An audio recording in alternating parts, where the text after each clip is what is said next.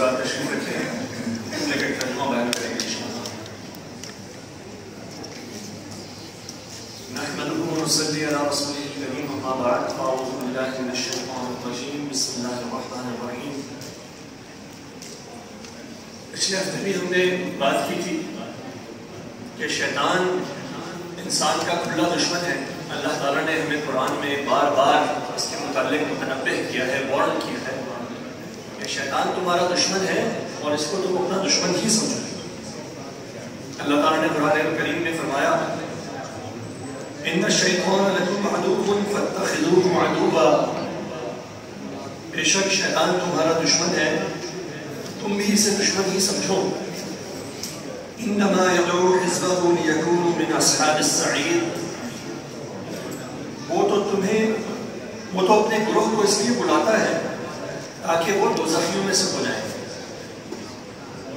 وہ اپنے لوگوں کو جن کو اپنا بندہ بنا لیتا ہے، جو اس کے پیچھے چلنے والے ہوتے ہیں، وہ ان کو آگ کی طرف بلا رہا ہے۔ اور حدیث میں ہمیں نبی کریم صلی اللہ علیہ وسلم نے تنبیہ کی، یاد دلایا کہ یہ شیطان ہے، یہ تمہارے خون کی طرح دوڑتا ہے تمہارے جسم میں۔ تو یہ دشمن بھی ایسا ہے کہ ہمارے اپنے اندر ہی ہے، تو اس سے بچنا کس طرح ممکن ہوگا؟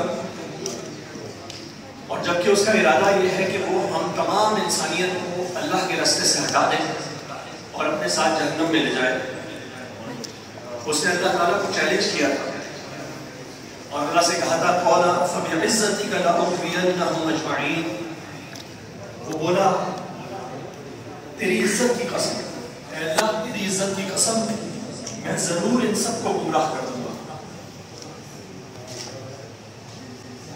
تو ایسے دشمن سے بچنا اتنا ہمارا شدید دشمن ہے کہ اللہ کی قسم کھا کے کہتا ہے کہ میں ان سب کو گمراہ کروں گا، اپنے ساتھ جہنم میں لے کے جاؤں گا۔ اور دشمن ایسا ہے کہ ہمارے ساتھ، ہمارے خون کے ساتھ لڑتا ہے۔ تو اس دشمن سے ہم کیسے بچ سکتے ہیں؟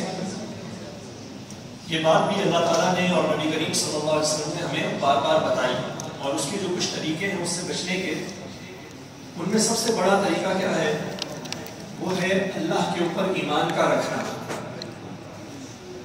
اللہ کی ہی عبادت کرنا، خالصتاً اس کے لیے اپنی عبادت کو، اپنے ایمان کو کر کے اس کے ساتھ کسی کا شرک نہ کرنا، تمام کا تمام بھروسہ اللہ پر کرنا، اور اللہ ہی کے پاس پناہ تلاش کرنا شیطان مردود سے۔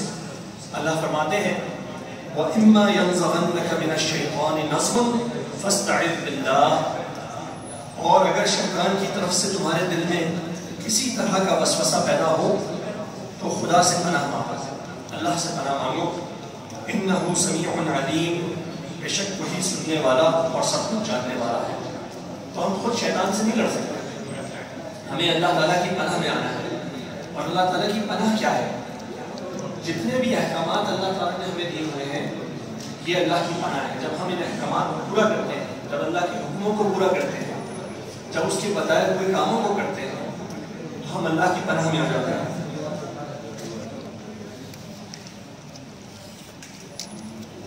اللہ تعالیٰ نے شیطان کا ایک قول نقل کیا قرآن کے اندر اس کی دشمنی کے متعلق۔ اس نے کہا قال رب بما اغويتني لأزينن لهم في الارض ولأغوينهم اجمعين، اس نے کہا کہ پروردگار، جیسا تو نے مجھے رستے سے الگ کیا، تو نے مجھے گمراہ کیا، میں بھی زمین میں لوگوں کے لیے ان کے گناہوں کو خوبصورت کر کے دکھاؤں گا اور ان سب کو بہکا دوں گا۔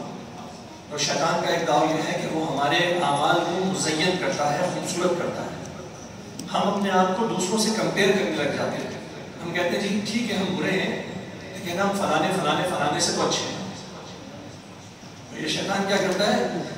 برائی کو بھی دکھتا ہے ہمیں کہ ہم برے ہیں، لیکن کوئی بات جو پچھلے ہفتے بھی ہوئی کہ اچھا جی میں تو 4 نمازیں پڑھتا ہوں، 1 چھوڑ دیتا ہوں، لیکن دیکھو میرا پڑوسی ہے وہ تو 3 پڑھتا ہے، یہ فلانا شخص ہے یہ تو 1 بھی نہیں پڑھتا، تو میں اس سے تو اچھا ہوں کم سے کم۔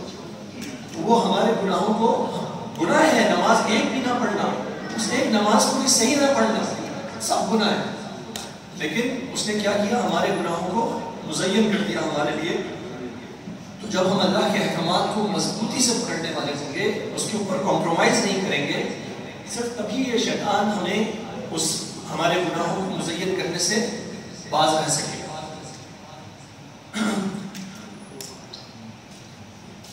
اللہ تعالیٰ فرماتے ہیں کہ دیکھو یہ جو میری پناہ ہے یہ کیسی ہے، کیا ہے. اللہ نے فرمایا قَالَ هَذَا صِرَاطٌ عَلَيَّ مُسْتَقِيمٌ. اللہ نے فرمایا مجھ تک پہنچنے کا یہی سیدھا رستہ ہے، یہی صراط مستقیم ہے. کیا صراط مستقیم؟ یہ جو دین ہے ہمارا، جو اللہ تعالیٰ نے ہمیں دیا، جو احکامات ہمیں دیے، قرآن ہمیں دیا، یہ ہے صراط مستقیم. اللہ نے فرمایا یہی مجھ تک پہنچنے کا سیدھا رستہ ہے. ان عبادی لیس لک علیہم سلطان الا من اتبعک من الغاوین.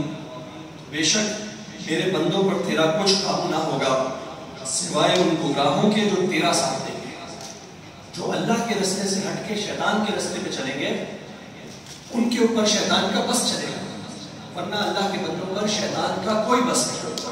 جب ہم اللہ کے احکامات کو، اس کے دین کو، اس کی کتاب کو، اس کے نبی کی سنت کو پکڑنے والے بنیں گے تو ہمارے اوپر شیطان کا بس نہیں چلنے والا انشاءاللہ. تو اسی میں سے دوسرا راستہ کیا ہے کہ قرآن سنت کے ساتھ تمسک چمٹ جانا. قرآن اور سنت کے ساتھ چمٹ جانا یہ ہمیں شیطان کے حملے سے بچائے گا. تو قرآن کے ساتھ چمٹنا کیا ہے؟ اس کو پڑھنا ہے، اس کو سمجھنا ہے، اس پر عمل کرنا ہے، اس کی دعوت دینا ہے.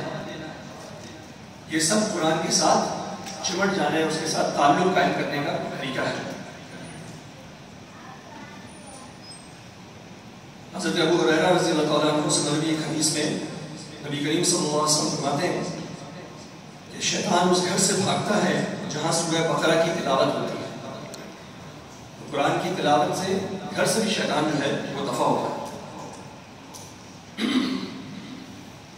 تیسری چیز ہے نماز با جماعت کا اہتمام کرنا. جماعت کے ساتھ نماز، صرف نماز نہیں، جماعت کے ساتھ نماز. حدیث مبارکہ میں آتا ہے کہ کوئی بستی یا کوئی صحرا ایسا نہیں کہ جہاں پہ نماز 3 لوگ ہوں اور وہ نماز جماعت قائم کریں تو شیطان وہاں سے بھاگ جائے، اور اگر وہ ایسا نہ کرے تو شیطان ان کے اوپر قابو پا لے. چھوٹی سی بھی ہماری اگر 3 بھی لوگ ہیں تو ہم نے نماز جماعت کے ساتھ پڑھنی ہے، ورنہ کیا ہے شیطان کے قابو میں آنے کا اندیشہ ہے. تو آپ صلی اللہ علیہ وسلم نے فرمایا کہ جماعت کو پکڑو، کیونکہ گناہ اس کو کھا جاتا ہے جو جماعت سے الگ ہوتا ہے.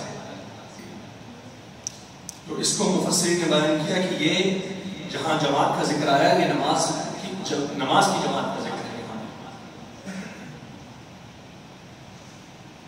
ایک اور اہم طریقہ یہ ہے کہ ہم اللہ کا ذکر کریں، اللہ کو یاد رکھیں.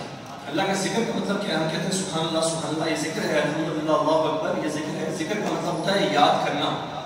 ہم کسی کو کہتے ہیں وہ محفل میں آئے، ہم کسی کو کہتے ہیں ابھی آپ ہی کا ذکر ہو رہا، یعنی کہ ہم آپ کو یاد کر رہے تھے. تو یہ جو سبحان اللہ ہے اس کا مقصد یہ ہے کہ ہم اللہ کو یاد کریں، اللہ کیسا پاک ہے، الحمدللہ ہمیں اللہ کا کتنا شکر ادا کرنا چاہیے، اللہ اکبر اللہ کتنا بڑا ہے.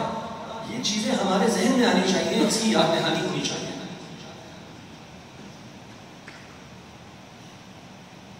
نبی کریم صلی اللہ علیہ وسلم کی حدیث مبارکہ میں آتا ہے کہ آپ نے فرمایا کہ میں تمہیں حکم دیتا ہوں کہ اللہ کو یاد کرو، اکثر یاد کرو.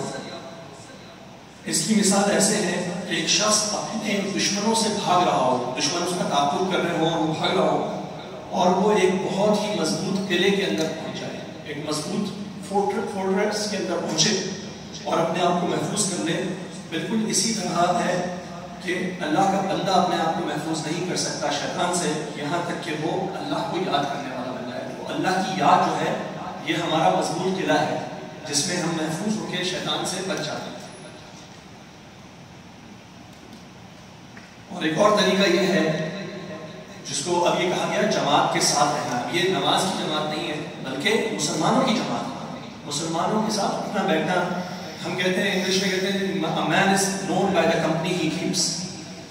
انسان اپنے دوست کے دین پر ہوتا ہے، جس جیسی صحبت ہوتی ہے ویسے ہم لوگ ہو جاتے ہیں.